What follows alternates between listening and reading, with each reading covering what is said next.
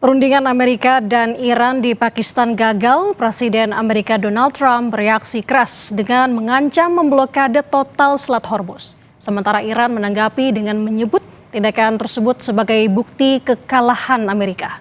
Kita bahas pagi ini, saudara, soal ini bersama dengan Dina Prapto Raharja, praktisi hubungan internasional Sinergi Policies dan analisis Lembaga Kajian Pertahanan Strategis Andrianus Prima. Selamat pagi Mbak Dina, Bang Andrianus. Apa kabar? Selamat pagi. Baik.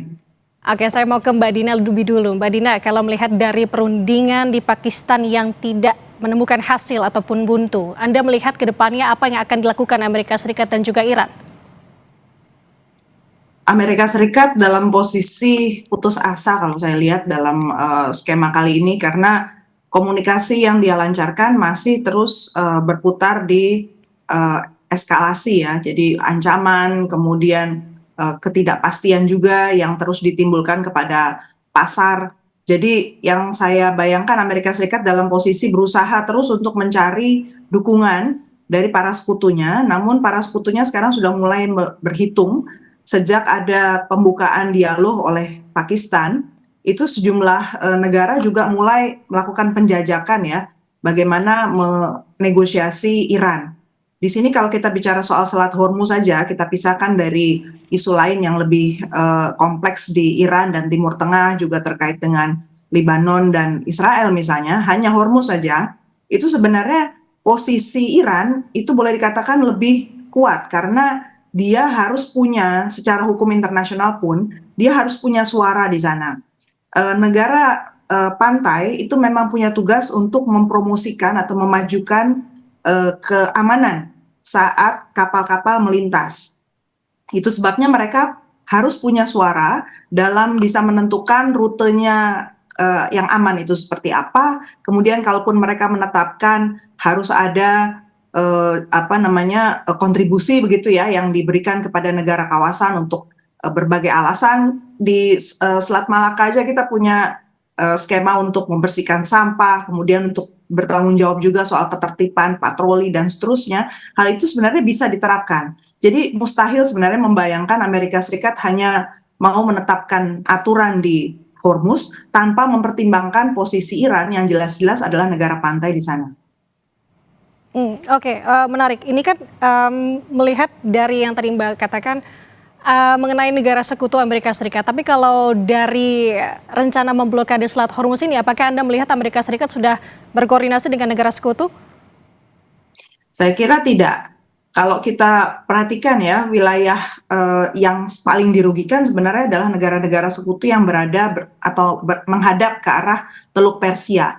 Di sana itu ada negara-negara besar yang jelas ekspornya dan kemitraannya dengan negara-negara di seluruh dunia itu jauh lebih kompleks dan sudah lebih dahulu dibangun ketimbang Iran yang sudah berpuluh tahun di embargo. Ada Saudi Arabia, Bahrain, Qatar, semakin bahkan Oman juga. Kalau dilihat dari signifikansi dari blokade yang dilakukan di mulut Laut Arabia, sebenarnya posisinya itu menurut saya lebih merugikan Amerika Serikat dan kedepannya karena para sekutunya akan menjadi semakin lemah, dan saya sulit membayangkan juga bahwa para sekutunya ini akan bisa menyetujui cara-cara sepihak kedepannya, karena kembali ke poin suatu kawasan yang memang dilintasi oleh banyak negara, satu-satunya cara menjaga agar situasinya lebih stabil, harga pasar lebih predictable, itu adalah dengan negosiasi, bukan dengan intervensi militer. Oke, kalau kita berbicara mengenai dengan niatan dari Amerika Serikat untuk melakukan blokade Selat Hormuz ini, Mbak Dina, sebenarnya kalau kita berbicara mengenai untung rugi untuk masing-masing negara, Amerika dan juga Iran, dari sudut pandang Anda apa, Mbak? Yang paling rugi Amerika Serikat dan juga global. Kalau diperhatikan, Iran dalam posisi masih bisa menahan, dan saya kira jalur yang alternatif lewat darat, lewat udara, itu justru sudah dalam posisi berpihak kepada Iran. Kita tahu bahwa sejak kejadian eskalasi yang terakhir oleh Donald Trump, berbarengan dengan proses untuk negosiasi di Pakistan, negara seperti China saja sudah mulai menutup angkasanya untuk perlintasan kapal, pesawat apapun, pesawat terbang apapun. Ini artinya di kawasan Timur Tengah pun, di mana situ banyak sekali overlap negara-negara, bisa jadi sebenarnya sudah mulai ada perbincangan tentang bagaimana caranya mengendalikan jangan sampai eskalasi ini jauh lebih merugikan bagi negara-negara yang jumlahnya lebih banyak daripada Amerika Serikat dan Israel aja gitu. Jadi sebenarnya dalam segi militer ataupun dari segi perdagangan, apalagi segi ekonomi, itu yang paling rugi Amerika Serikat. Oke, saya mau ke Bang Adrianus. Tadi Mbak Dina menyebut bahwa tampaknya untuk rencana blokade Selat Hormuz ini yang justru malah rugi adalah Amerika Serikat. Tapi kalau Anda melihat sejauh ini, apakah ada strategi khusus yang tengah disiapkan Amerika Serikat selain memang gencar untuk berbicara mengenai blokade Selat Hormuz, Bang Adrianus? Ya, memang tadi seperti disampaikan Mbak Dina ya, kita lihat bahwa mekanisme penerapan blokadenya ini akan dilakukan di Laut Arab ya. Jadi bukan di Selat Hormuznya sendiri, tapi di luar Selat Hormuz. Sebenarnya hal yang sama yang selama ini dilakukan di Venezuela dan Kuba. Jadi mereka masih berusaha menggunakan laut internasional untuk melakukan blokade ini. Jadi memang blokadenya katanya akan selektif ya. Jadi hanya kapal yang menuju dan berasal dari pelabuhan-pelabuhan Iran. Tetapi memang kita harus mempertimbangkan bahwa langkah yang dibilang sama Donald Trump ini tidak akan pandang bulu. Semua kapal yang menuju dan dari Iran ini tentu saja kita bisa lihat bahwa akan berefek, terutama ya yang paling efek itu ke sekutu-sekutu Amerika sendiri di Asia seperti Jepang dan Korea Selatan. Kemudian selain itu tentu saja kemungkinan besar yang ingin dituju dari blokade ini adalah Cina, karena kita tahu selama ini dengan adanya konflik Iran ini yang Amerika masih tidak dengan resmi mendeklarasi sebagai perang ya, karena tidak ada persetujuan Kongres. Ini kan sebenarnya selama ini yang agak disasar ini kan sebenarnya Cina ya, tapi ternyata selama konflik karena berbagai konsesi yang diberikan, akhirnya Cina malah menikmati akses terhadap minyak Iran yang lebih luas dibanding sebelum konflik. Jadi memang di sini ada kontradiksi-kontradiksi yang terjadi ya karena perang ini, sehingga secara umum ini blokade ini akan lebih berefek kepada sekutu Amerika di Asia. Nah, kita patut menunggu bagaimana reaksi-reaksi sekutu Amerika di Asia, karena kalau Korea Selatan, kalau kita lihat ya di X itu Presiden Korea Selatan itu sepertinya mulai vokal menyuarakan kekejaman Israel, meskipun ini memang seperti tadi disebutkan sama Mbak Dina memang menjadi lebih kompleks ya jadinya untuk konflik ini, karena ujung-ujungnya menyangkut Israel, menyangkut Lebanon juga gitu. Tapi kita bisa lihat bahwa sikap Presiden Korea Selatan yang secara terbuka di sosial media di X itu dia mengecam masalah kekejaman Israel ini tentu saja berbeda 180 derajat dengan sikap Jepang yang sepertinya masih berusaha untuk menyenangkan Presiden Trump. Nah, di sini memang kita menunggu faktor-faktor tekanan-tekanan dari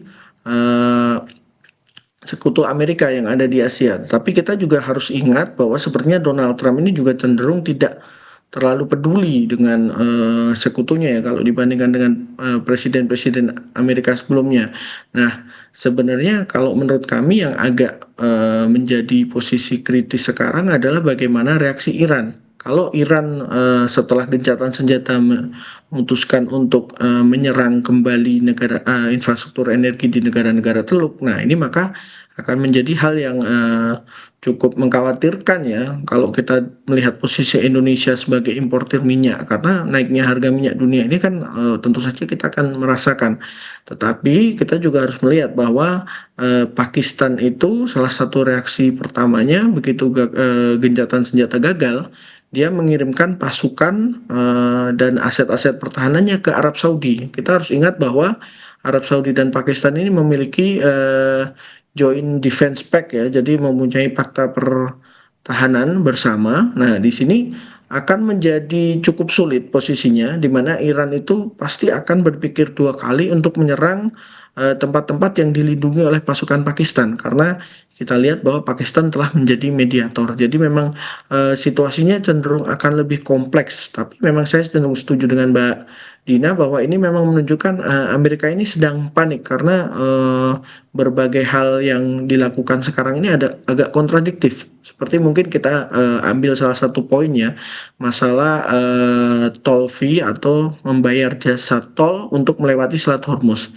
Padahal kita tentu saja masih ingat bahwa Donald Trump sendiri dalam sosial medianya itu pernah menulis bahwa dia akan sharing atau berbagi biaya jasa tol ini. Kenapa sekarang dia mempermasalahkan masalah ini? Tentu saja kita jadi bertanya-tanya faktor eksternal apa yang membuat Donald Trump berubah pikiran gitu. Dan memang kita harus akui ya, memang Donald Trump ini tidak bisa ditebak dan cenderung pelin-pelan. Tapi kita bisa lihat bahwa pernyataan yang cukup eskalatif ini menjadi anomali karena biasanya menjelang weekday kan dia memberikan pernyataan yang positif ya untuk meredam harga minyak, kemudian menaikkan saham Amerika gitu ya. Tapi ini kayaknya menjadi salah satu anomali di mana dia menyatakan adanya eskalasi ketika weekend. Nah, yang menarik juga adalah kita tunggu reaksi publik Amerika. Apalagi di beberapa tempat minyak atau bensin itu sudah menembus $5 nih per galon. Nah, ini kita patut menunggu reaksi publik Amerika juga, begitu.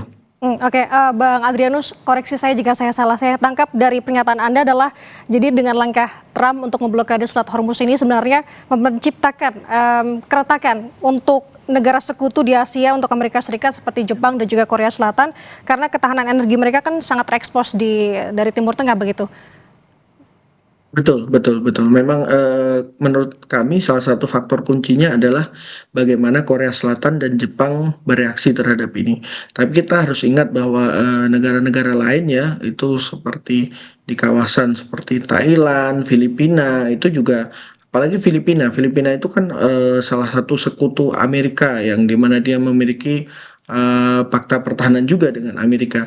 Meskipun mungkin secara strategisnya tidak sekuat Jepang dan Korea Selatan ya, karena kalau Amerika yang dulu kan sangat berusaha menekan hegemoni Cina, jadi mereka harus mengandalkan Korea Selatan dan Jepang yang secara geografis dekat dengan Cina. Cuman kan memang kita harus menyadari bahwa Trump ini sepertinya berusaha berteman dengan semua orang yang dianggap strongman ya, makanya pendekatannya dengan Cina itu akan sedikit berbeda.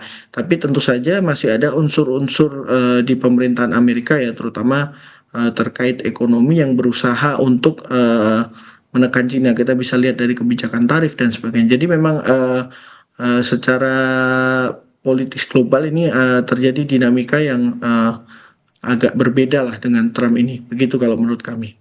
Oke, saya mau ke Mbak Dina. Mbak Dina kalau melihat dari sanksi ekonomi yang sebelumnya pernah juga dilayangkan begitu ya dari Amerika Serikat kepada Iran, ini tampaknya tidak mengubah sedikit pun sikap Iran sampai dengan sejauh ini.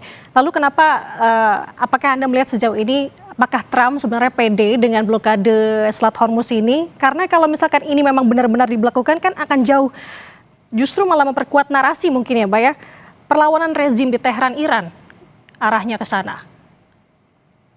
Jadi Iran ini posisinya sekarang bukan lagi sebagai negara tunggal yang menjadi sasaran tembak Amerika Serikat. Sejalan dengan waktu sekarang sudah memasuki lebih dari 1 bulan, lebih dari 40 hari malah ya, udah menjelang 50 hari. Negara-negara lain justru bisa melihat bahwa pertama Amerika Serikat itu nggak punya strategi yang jitu berhadapan dengan Iran. Sebenarnya apa yang mau disasar dari Iran pun itu nggak jelas. Waktu awal bilang program nuklir, kemudian penggantian rejim, kemudian minyak, nggak ada satupun yang bisa dicapai. Sekarang malah sibuknya dengan Selat Hormuz. Nah sekarang Selat Hormuz ini, kembali ke poin saya awal tadi, bahwa kita nggak bisa lihat ini serangan tunggal kepada Iran, makanya Iran itu sekarang punya upper hand ya kalau bahasa negosiasinya, jadi dia berada di atas karena apa yang melalui Selat Hormuz itu bukan sekedar energi atau dagang produknya Iran yang kemudian bisa dikunci, atau sekutunya Iran yang kemudian kalau dimatikan jalannya mereka bisa mati gitu. Bukan seperti itu.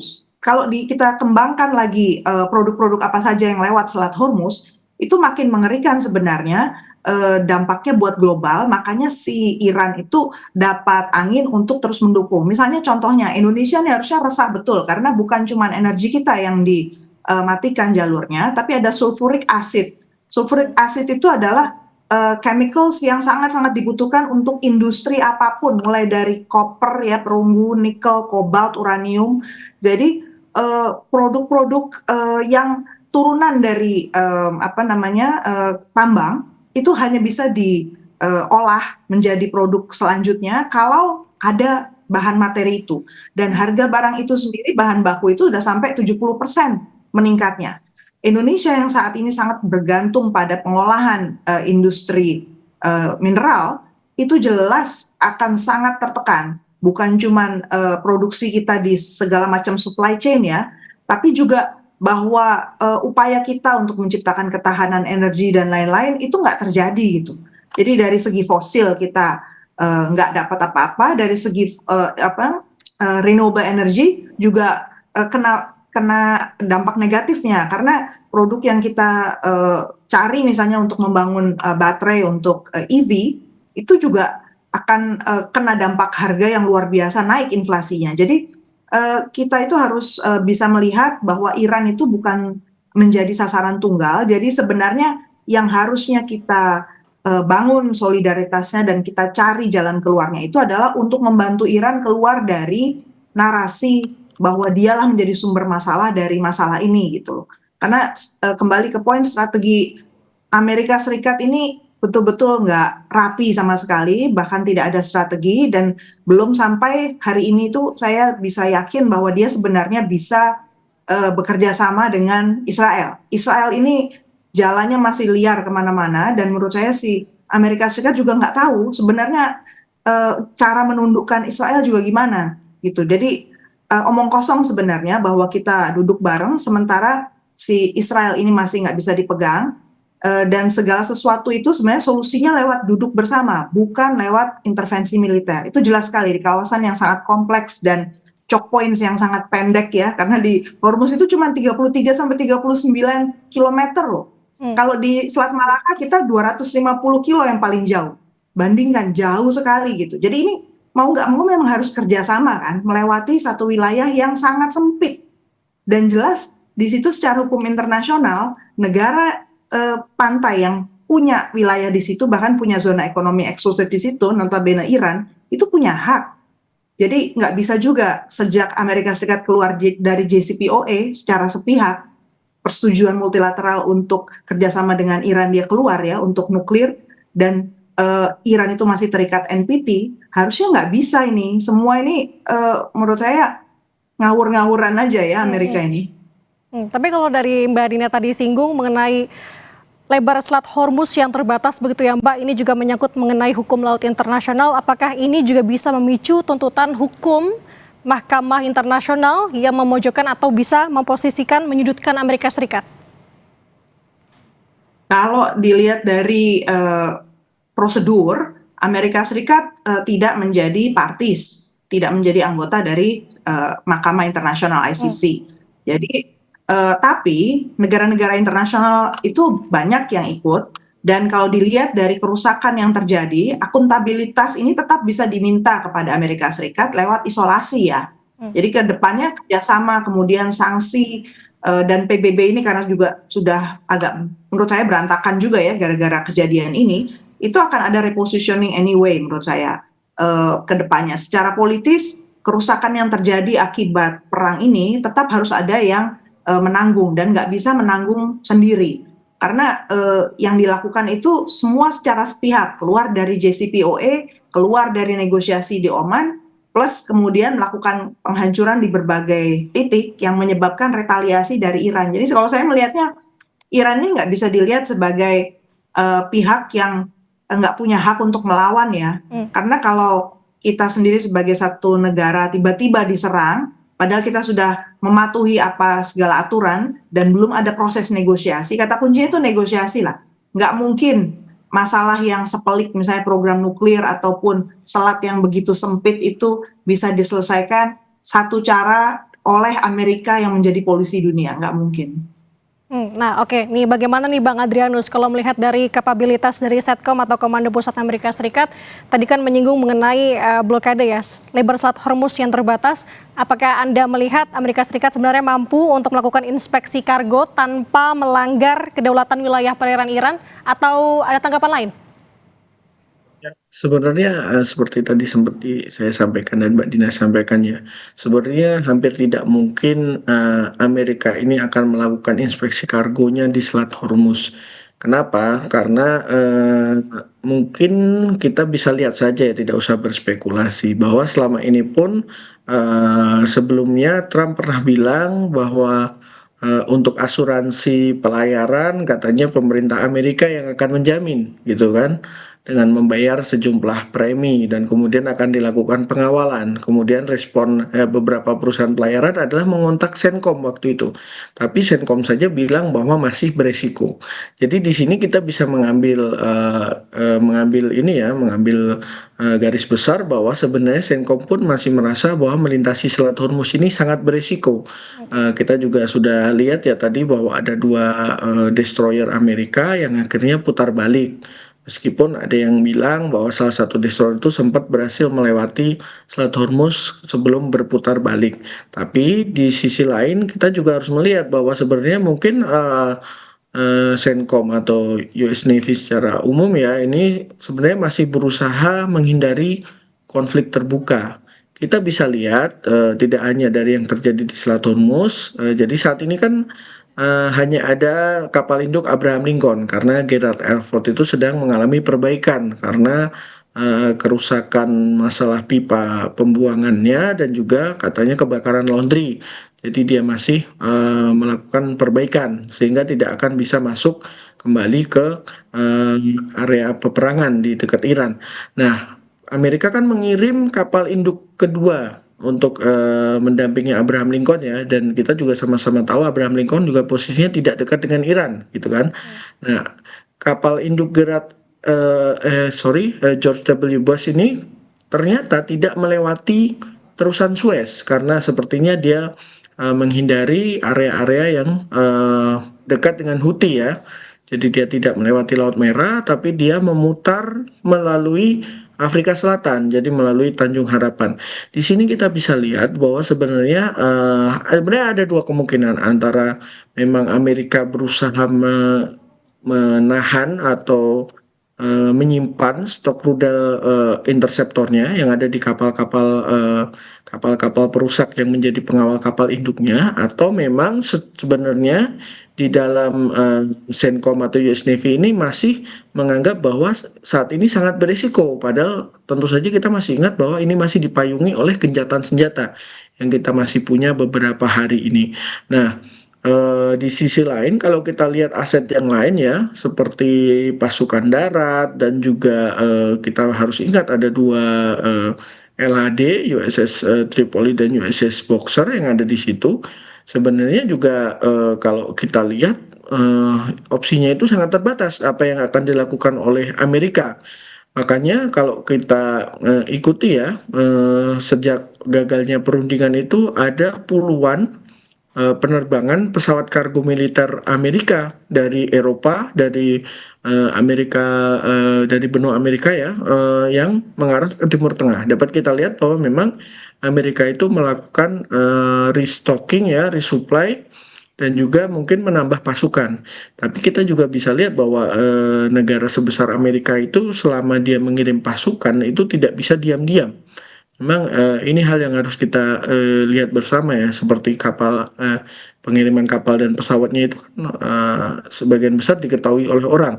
Nah, memang Senkom ini opsinya masih sangat terbatas. Jadi kalaupun mereka beneran menerapkan blokade ya seperti yang tadi saya dan Mbak Dina sampaikan, mereka akan menerapkannya di Laut Arab. Jadi mereka akan cenderung melakukan mereka akan boarding atau mereka akan naik ke kapal-kapal yang diduga berasal dari pelabuhan Iran. Jadi kita akan melihat operasi seperti yang mereka lakukan di Venezuela kemarin. Jadi memang di sini kita bisa lihat bahwa kemungkinan bahwa blokade itu berupa serangan kinetik ke secara masif ke pertahanan Iran di sekitar Selat Hormuz ini nampaknya belum akan langsung terjadi ya, kecuali mungkin seperti sebelumnya setelah gencatan senjata berakhir, mereka akan menggunakan serangan-serangan rudal dan juga serangan menggunakan pesawat tempur. Begitu kalau menurut analisis kami. Oke, Bang Adrianus, kalau saya mencermati apa yang Anda katakan, sepertinya memang Amerika Serikat sampai dengan sejauh ini gencar sekali. Dalam bahasa saya adalah pol-polan untuk menyerahkan atau mengerahkan kekuatannya. Tapi kalau untuk bagi AS lagi, ini kembali Bang Adrianus, konflik dan serangan ini kan sudah banyak habiskan dana untuk militer. Nah, kalau misalkan Anda lihat dari sisi reputasi Trump untuk belakangan hari ini juga menurun. Nah, apakah Trump sebenarnya memperhatikan kerugian lebih besar lagi jika memang perang ini berlanjut, Bang Adrianus? Ya, kita harus ini juga ya, sebenarnya saat ini kan kondisinya Kongres Amerika kan belum bisa memutuskan ya secara bulat apakah mereka akan menerima atau apakah akan menghentikan aksi Trump ini. Tapi Trump sendiri sudah menyatakan bahwa dia meminta tambahan dana ya 200 miliar kepada Kongres untuk melanjutkan perang ini. Tapi kita juga harus lihat sepertinya secara politis pun di dalam negeri mulai ada suara-suara yang menolak untuk melanjutkan perang ini, bahwa ini intinya harus segera damai. Apalagi nanti seperti saya sampaikan kalau harga minyak di dalam negeri Amerika makin naik, tentu saja pasti ada reaksi dari orang-orang Amerika. Meskipun sekali lagi kita kan seperti yang kita sama-sama sepakati tadi bahwa Trump ini tidak bisa ditebak. Trump itu bilang kemarin dalam postnya di sosial media bahwa dengan blokade Iran, dia itu kayak mengundang negara-negara yang selama ini bergantung pada minyak Iran untuk membeli minyak ke Amerika. Padahal kita sama-sama tahu meskipun Amerika itu sekarang adalah eksportir minyak, kemampuan produksinya itu juga masih terbatas, tidak bisa menutupi selisih produksi ketika dia beneran menutup Selat Hormuz. Nah, di sini kan memang kita bisa lihat bahwa kontradiksi ya antara satu pernyataan dengan pernyataan yang lain dari yang disampaikan oleh Trump. Nah, kita juga harus melihat juga bahwa di dalam politik Amerika itu masih ada pihak-pihak yang sudah tidak logis lah, yang senantiasa menyerukan atau menjustifikasi jika kemudian Trump memutuskan menggunakan kekuatan nuklir untuk melawan Iran. Jadi kita bisa lihat ya podcast-podcast para right winger itu yang garis keras tuh bilang Jepang dulu awalnya juga nggak mau nyerah, kemudian setelah dibom atom 2 kali tiba-tiba akan menyerah. Nah, ini adalah faktor yang patut menjadi ini ya perhatian kita bersama, karena sepertinya Trump ini kan apalagi masalah penggunaan kekuatan nuklir ya di Amerika itu dalam doktrinnya itu cukup seorang presiden saja yang menyatakan serangan nuklir tanpa perlu ada second confirmation. Nah, ini memang hal yang patut kita waspadai ya, karena Trump berkali-kali menyatakan bahwa dia tidak percaya dengan hukum internasional. Dia yang dia percaya adalah moralitasnya sendiri yang kita harus sama-sama akui bahwa ini adalah moralitas yang tidak jelas gitu kan. Nah, di sini kita juga harus mewaspadai faktor-faktor ini, terutama karena meskipun stok rudal penangkis Amerika itu terus berkurang ya, dan juga rudal penyerang jarak jauhnya itu terus berkurang, bahkan ada yang bilang 30% stok rudal jarak jauh yang bisa dibawa pesawat itu sudah dipakai dalam perang Iran ini, tapi kita masih harus menyadari bahwa Amerika itu adalah kekuatan militer terbesar di di dunia, sorry. Cuman kita juga harus menunggu sebenarnya yang bisa menghentikan itu ya hanya Kongres Amerika ataupun tekanan jika terjadi demo besar-besaran di Amerika. Karena kalau secara umum jika kita lihat juga Kongres dan Senat Amerika ini kan masih dikontrol sama Republik ya, dan kemudian kemarin masa reses begitu, dan masa pemilu itu kan masih November. Jadi memang masih cukup panjang lah. Nah, kita masih agak sedikit, meskipun saya nggak tahu Mbak Dina bagaimana pendapatnya masalah kemungkinan menggunakan nuklir, tapi untuk kami ini masih sedikit ada peluang lah, karena kita tidak bisa menebak si Trump ini, apalagi kalau sudah ditelepon oleh Israel, dan memang peran Israel ini menjadi peran yang cukup cukup tidak bisa sebenarnya bisa ditebak, karena pasti bagaimanapun Israel ini akan berusaha untuk memperpanjang perang ini, begitu kalau dari kami.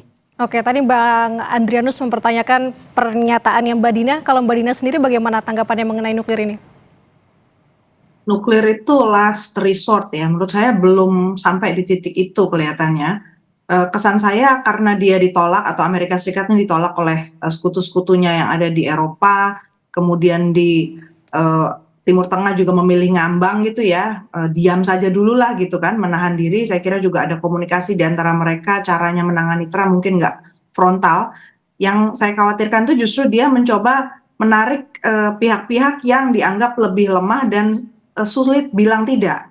Salah satunya Indonesia. Karena di kawasan kita ini entah gimana mulai muncul kan ternyata rahasia yang sempat di bulan Februari 2026 itu ada pembicaraan antara presiden kita dengan Presiden Amerika Serikat Donald Trump soal blanket US overnight access, di mana di situ pesawat tempur Amerika Serikat itu minta diizinkan lewat di wilayah kita tanpa tanpa proses yang panjang gitu. Alasannya waktu itu untuk kerjasama militer gitu ya. Tapi dalam situasi yang seperti sekarang, ini bisa saja narasinya itu satu hal, aslinya itu nanti digunakan untuk yang lain. Karena penggunaan wilayah kedaulatan kita untuk dilalui oleh negara lain tanpa proses negosiasi lebih lanjut, apalagi kalau pressure-nya ini justru kita nggak lihat nih ya, di dalam negeri sendiri dibicarakannya sama siapa selain di Kementerian Pertahanan dan oleh kantor presiden. Ini satu hal yang secara nggak langsung akan menyeret kita ke dalam konflik. Jadi berarti Trump masih berusaha mencari dukungan dari negara-negara lain yang bisa ditarik untuk menjadi cheerleader minimal, atau lebih buruknya lagi adalah ikut menanggung beban dari apa yang dirasakan oleh Amerika Serikat pada saat ini gitu, di panggung narasi maupun di panggung keuangan dan panggung ekonomi. Nah itu yang menurut saya jangan sampai sebenarnya Indonesia itu melakukan langkah-langkah yang keliru, mengambil keputusan tanpa sebaiknya dihindari sajalah mengiyakan apa yang diminta oleh Amerika Serikat, karena memang situasinya sekarang itu tidak menguntungkan betul kalau kita berpihak dengan Amerika Serikat. Eskalasi ke depan tampaknya masih memanas. Kita lihat bagaimana perkembangannya nanti, antara apakah akan ada perundingan terbaru untuk Amerika Serikat dan juga Iran. Terima kasih atas perspektifnya, telah berbagi bersama kami di Sapa Indonesia Pagi. Dina Prapto Raharja, praktisi hubungan internasional Sinergi Polisis dan analisis Lembaga Kajian Pertahanan Strategis, Bang Adrianus Prima. Sehat selalu Bang, Mbak. Terima kasih.